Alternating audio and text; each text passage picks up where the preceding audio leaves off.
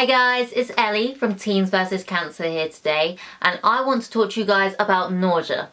So if you're going through chemotherapy, then nausea is pretty inevitable. There are some people who don't get it, but for most people it is a main side effect. And for me, it was actually the worst side effect because I would just uncontrollably throw up even if there was nothing left in my stomach. I would just retch at everything and it was horrible, the most horrible feeling that you could ever imagine. And yeah, so I managed to get through it, so I want to give you guys my advice and tips on how to cope with nausea. My first piece of advice is to experiment with different anti-nausea medications. So different anti-nausea medications work differently. So I found that ondansetron didn't work as well as aprepitant, and for my other friend, aprepitant didn't work as well as ondansetron. So it's really different for everyone. So I think if your current anti-nausea medication isn't working well for you, then definitely go and try out another one because, you know, it can really help.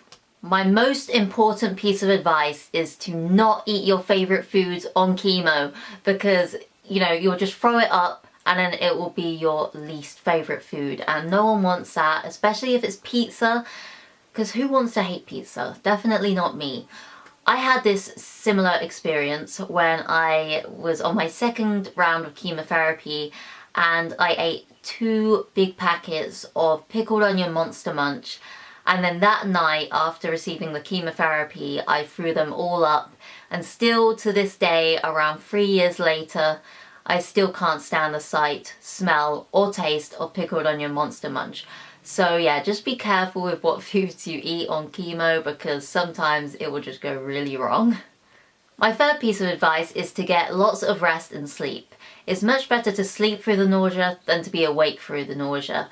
I actually had a cancer friend who would stay up all night before her chemotherapy, so then she would just sleep through the whole thing. So that's pretty ingenious. So if you want to try that out, you know, she recommends it, so it seems pretty good. My last piece of advice is to stay away from triggers. By triggers, I mean certain smells and tastes that trigger your nausea. So for me, it was definitely the smell of wet cardboard. I know it's very random, but in the hospital we used to get these cardboard pans called bed pans, which we had to wee in so then the nurses could check our urine output. And just the smell of like the urine and the cardboard mixing together still makes me retch to this day. And yeah, it's just disgusting. So just try and stay away from those triggers because no one wants to be nauseous. Thank you so much for watching. I hope you really enjoyed this video. For more information and advice, go to the TeensVsCancer website. The link is below. Remember that you are stronger than cancer.